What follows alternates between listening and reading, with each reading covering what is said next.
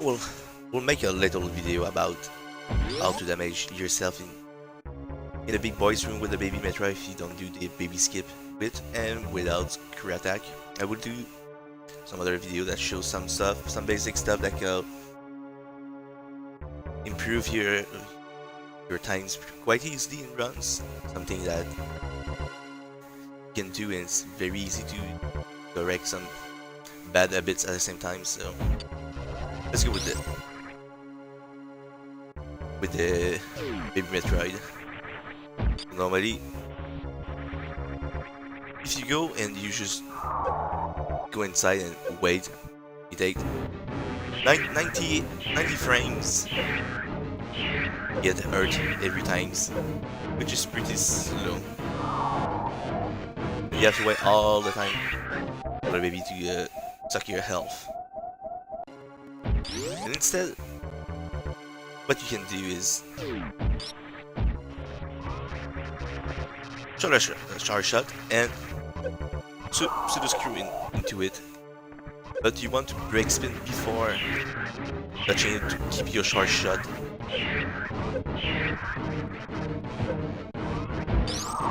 So you lose more health quickly.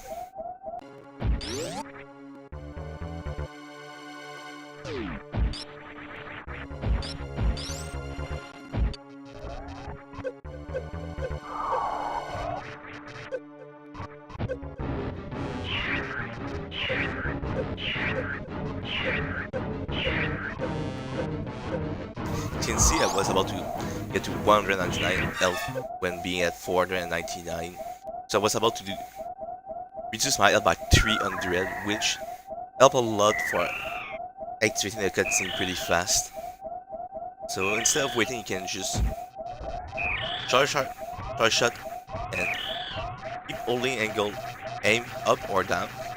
You need to spin jump and break it before touching the enemy, because if you don't break spin and you touch the enemies, you're using your pseudo screw on the enemies, and you lose the pseudo screw. So you need to recharge your charge shot, which takes 60 frames. So it's still faster but very inefficient. You want to jump with angle aim, which will break spin automatically. When about to touch the enemies, you release any D-pad inputs, then press it, stay close.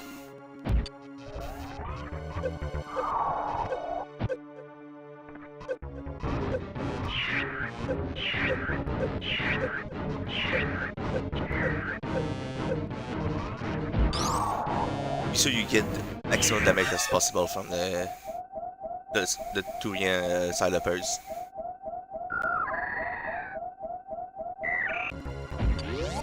Now, but also with crew attack would make it way easier.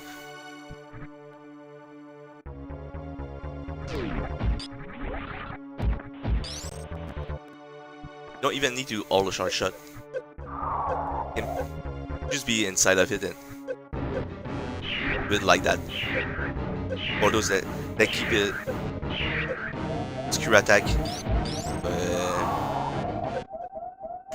We still go check the back of Golden Torizo to get a screw attack, which is very useful. As you can see, the cutscene is pretty much instantly.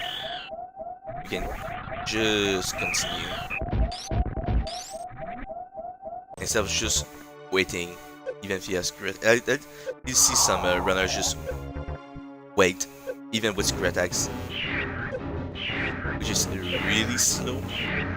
So this is one thing you can do instead.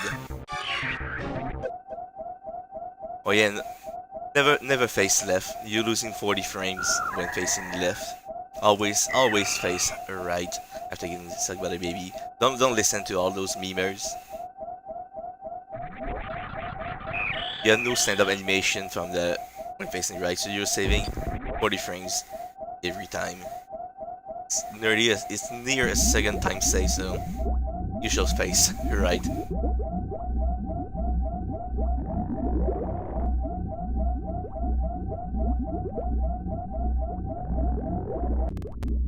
Now the other things I want to talk which I will put in separate video, is the light skip. You don't have to get hit by any things before attaining it. If you're low on health, the only thing you can do is don't even need to go below. As you can see, I lost 0 health while attaining the civilized skip.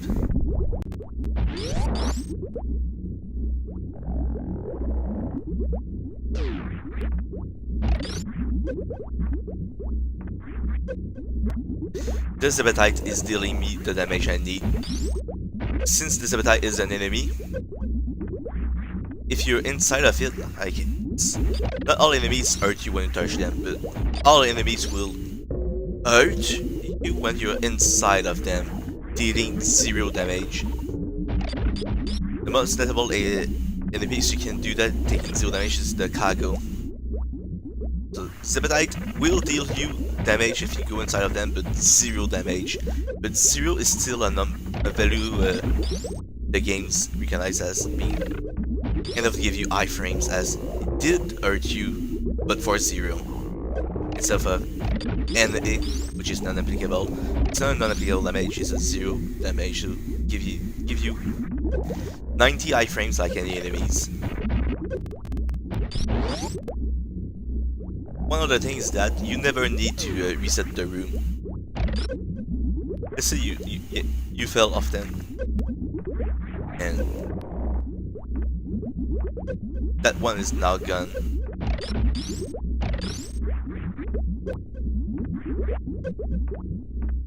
And continue to fail. Most importantly is that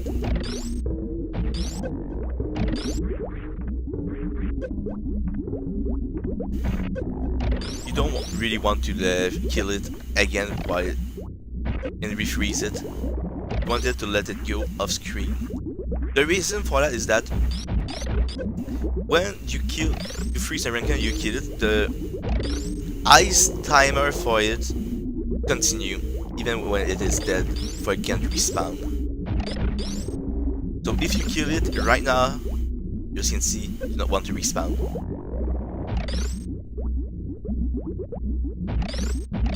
But if you kill it when the ice timer is basically finished, like that, whoop, already there. So you never need to reset the room.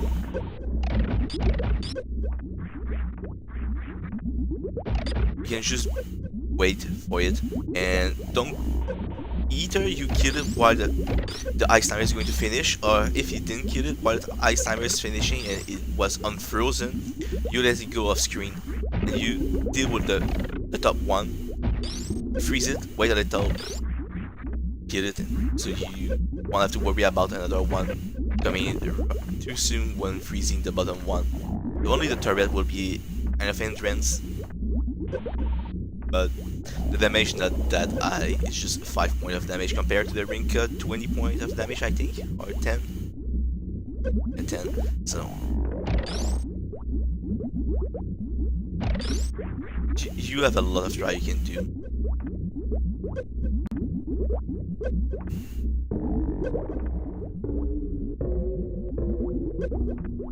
No, I'm not teaching the reverse step skip. Now, so if you want to, I see some runners when fighting Molorraines. Molorraine 3 with hyper beams. They don't release angle aim at all. So what happens is that they will miss a lot of shots because they're shooting in the ceiling, and they're getting hit because they keep angle aim. As you can see, I'm getting hit a lot, and some hit go in the ceiling because that's holding angle aim all the way is not very good, and you have high chance of dying if you don't have if you only have 300 BE tanks instead of 4, because if you're near too high, Mother Brains, especially if you get her brains low, the shot will go above. So what you want to do is Release, angle aim.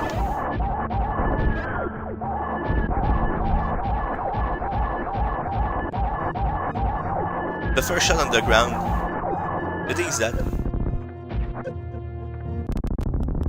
we should go here. So the thing is that when you're on the ground, you jump, shoot, release. Jump, shoot, release. So after that, you can do 2 shots and then re-hold. While firing, you re-shoot. Do like that.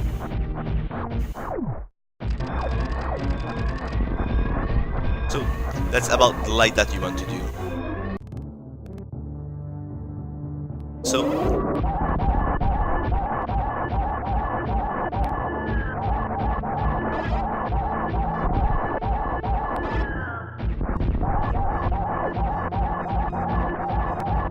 that's how your Modern Warfare 3 fight shall look if you do the close and personal style.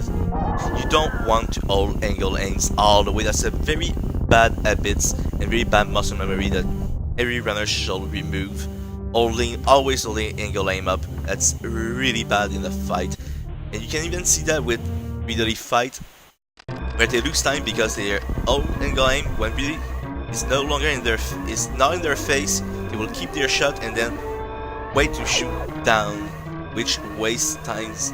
During that time you can just shoot and charge your shot and then you shoot basically when you're on the ground. So even with really fight and modern range fight, you never want to always hold angle aim down. There's some which before the modern range 3 fights they also shoot and one jump. You keep angle and wait to land when you can just shoot one in the air and be able to reshoot once you're in the ground. Yeah, just to say, like Shala just said, holding angle aim all the way when you're doing the close and personal is slower than the lag corner. So you're faster doing the lag corner fight than just holding angle aim down all the way when fighting your up close and personal, because you miss so many shots and you're causing at the same time lag, and you're not even touching it while generating lag compared to the lag corner, and you're getting hurt at the same time, which stops you from shooting, which all of that goes to be slower than the lag corner. So now we'll talk about a little about the escape. Alright. So when the escape trigger, there's some visual cue you can take with the letter to get the. Whereas basically you can get into a 3 minutes. Like when you escape, you want to always hear all angle aim down. Wait a little, all shoot, release, press shoot again. So you shoot only 2 times.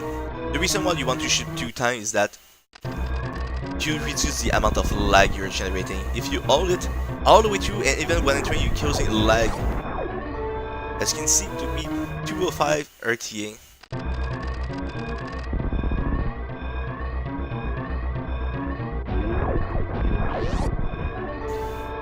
$204 now. What's that altering the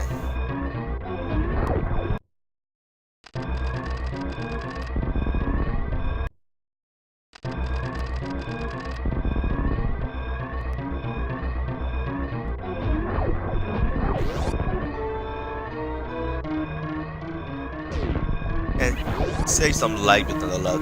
One of the things that I see runners do is that they will bunk here. When you bunk, you lose all. You see, I'm stopping as I bunk. I'm losing some run speed. Instead, what I can do is hold down. Holding down, I land here. If I don't, I land here.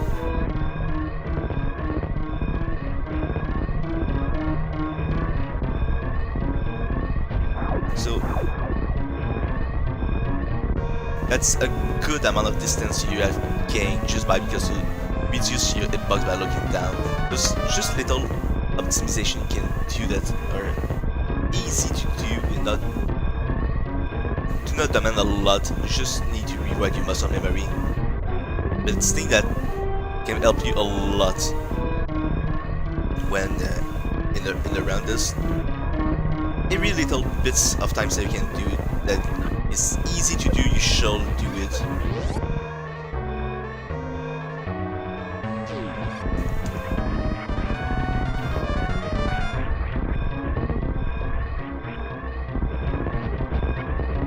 Here depends if you have moon power or not. If you moon power or not. So if you ever bunk that door, you don't have to just go and climb. You can even do just one tap. A single one tap is enough to go up for this place. Yeah, it's very important also to jump into the Lux room, so... Also, one other thing I see people do often is that they don't use any inputs to a Shine Spark immediately up in the air. That wastes 30 frames, as the Shine Spark animation takes 30 frames before it finishes, so you can begin to Shine Spark. That's a waste of 30 frames. What you can do is that you hold up and jump, and you begin Shine Spark upward immediately. Like that, you don't have to wait for the animation, which takes 30 frames. It's bottle time save you can have free. It's free, easy time save you can have, which can help you in your runs, whatever it is you do. Those who want to do the Behemoth Spark but have a difficulty is that where you want to Shine Spark, there's multiple places where you can Shine Spark. But you always want to stay in crouch in a good Behemoth Spark, so you clip all the way through above. And you don't want to Shine Spark the first frame you can, or else you will fail it. You have to initiate it the second frame. There are multiple places you can do it. You can do it not here. You can do it here. You can do it here. You can do it here. As you can see, it's very lenient. As long as you aim about this place, not here, but this place about between here and here, you can have your Behemoth Spark for those that want to do it.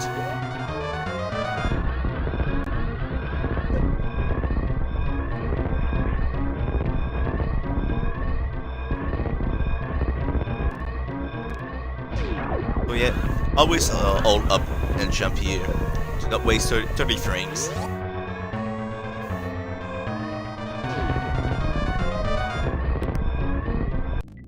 So, now for the third part, Shine Sparking for the Shine Spark in Alpha Spark. I will also talk about the same things for dragons, which often I see runners rushing their Shine Spark input.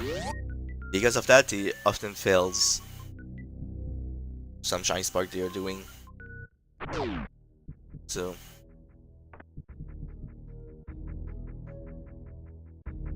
Oh yeah, I forgot that the 2 was broke. That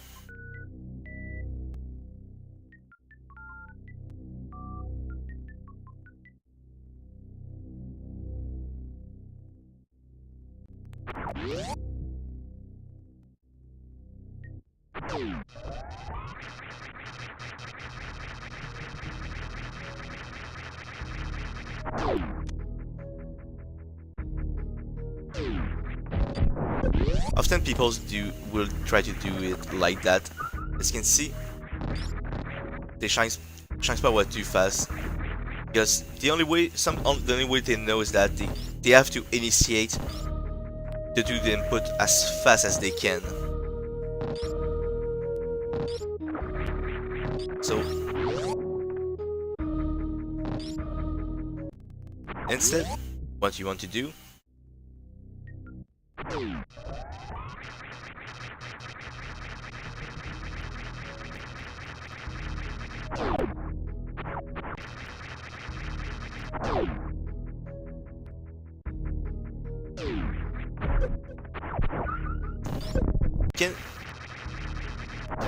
you can wait a little because of that Shine Spark animation. As you can see, you have all the times you have to activate your Shine Spark.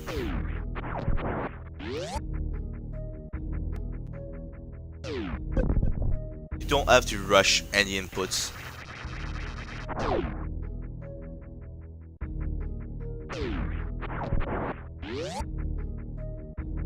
As you can see, I even take a lot more time again.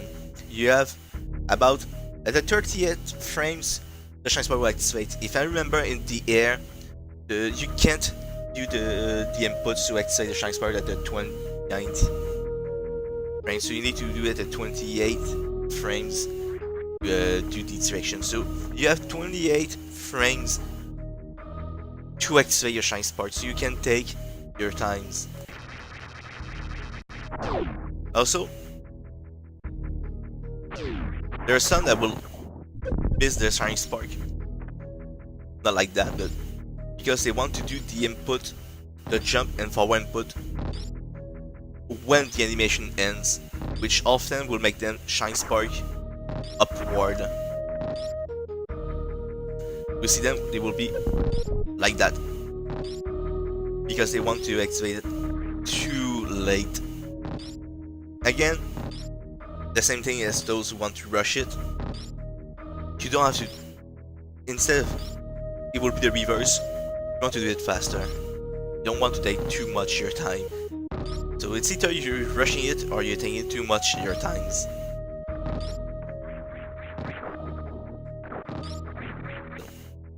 The same thing we can see with the dragons, which can help the fighter with a Shine Spark if you're doing a Shine Spark kill.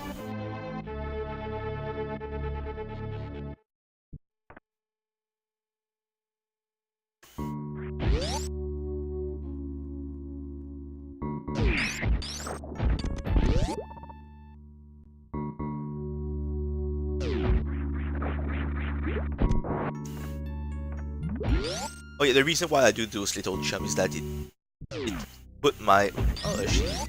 Alright, the getter was there, but she was dead. So...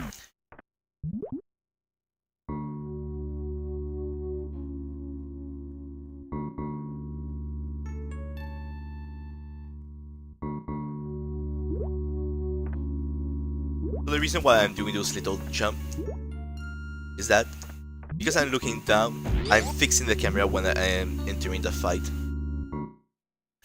which takes some few frames.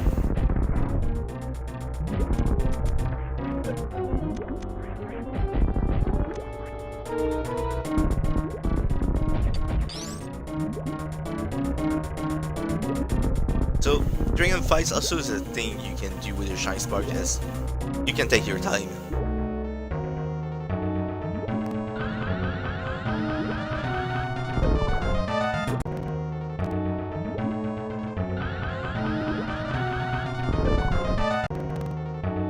As you can see, I can take my time. So you, with that knowledge,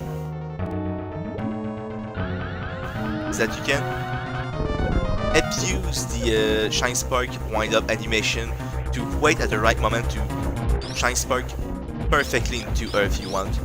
You don't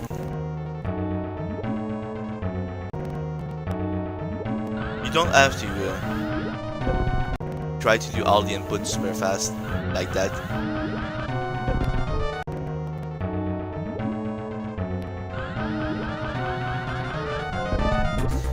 If you want to be too fast, you often will fail it.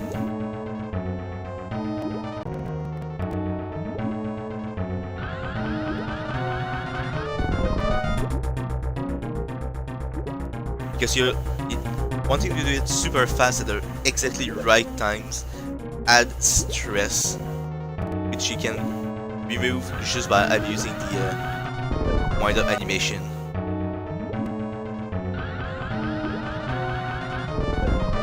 As you can see, I waited with that one animation. I saw the dragons coming in, and I was like, I can activate the Shine Spark.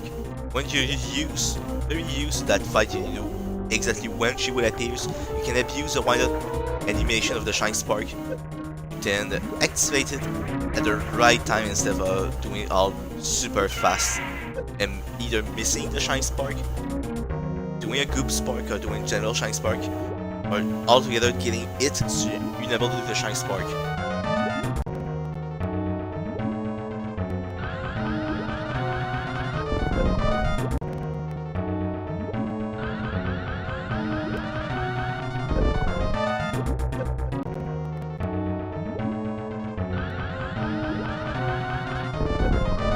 Just to say a bad Shine Spark is better than no Shine Spark at all on Dragon.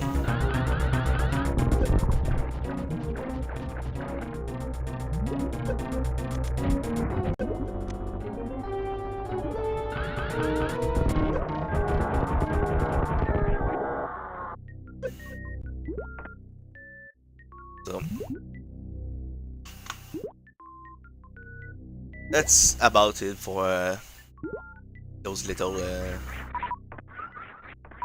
bit about how you can fix some of your some bad behavior or habits you can have, which can be very helpful in the run.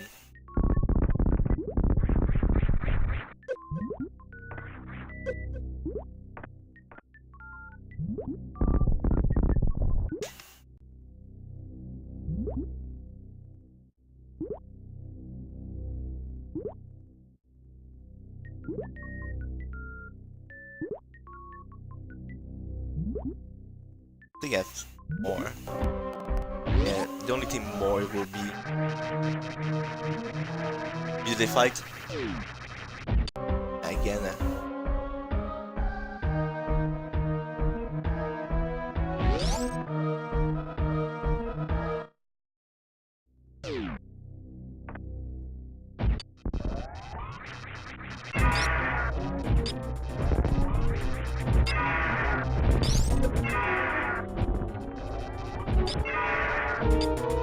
What people will do is that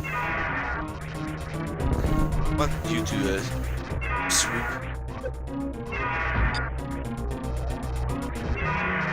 One swoop.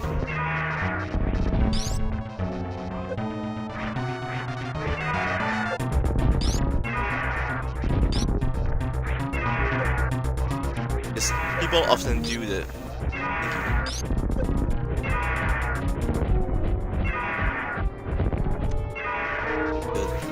What they do is that they will do like that, continue fighting only like that, and then be like that, which do not help at all also that fight. What you can do is that you stop holding and going.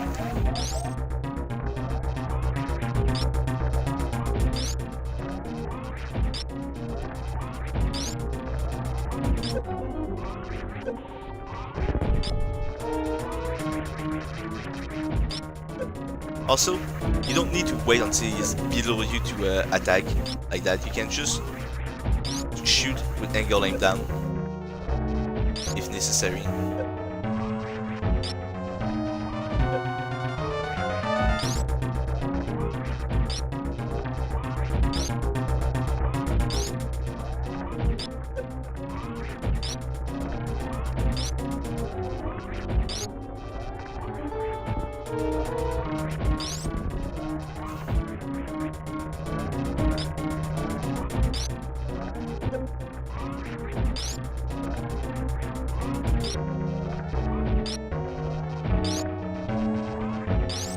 You can learn multiple ifs if you fight him correctly while still being in the air.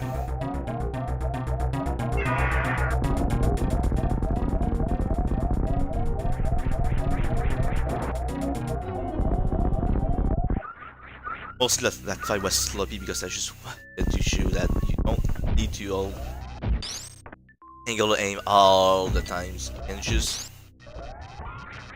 release it, And yeah, if you need, if you jump and you're sweeping instead of holding it and then going down because you're holding it, so you can do angle aim down. Instead of doing that, you just release and you can just do an angle aim down shot in front of him, so you can begin all ready to reshot. You can even reshot if you're fast enough in the air. So yeah.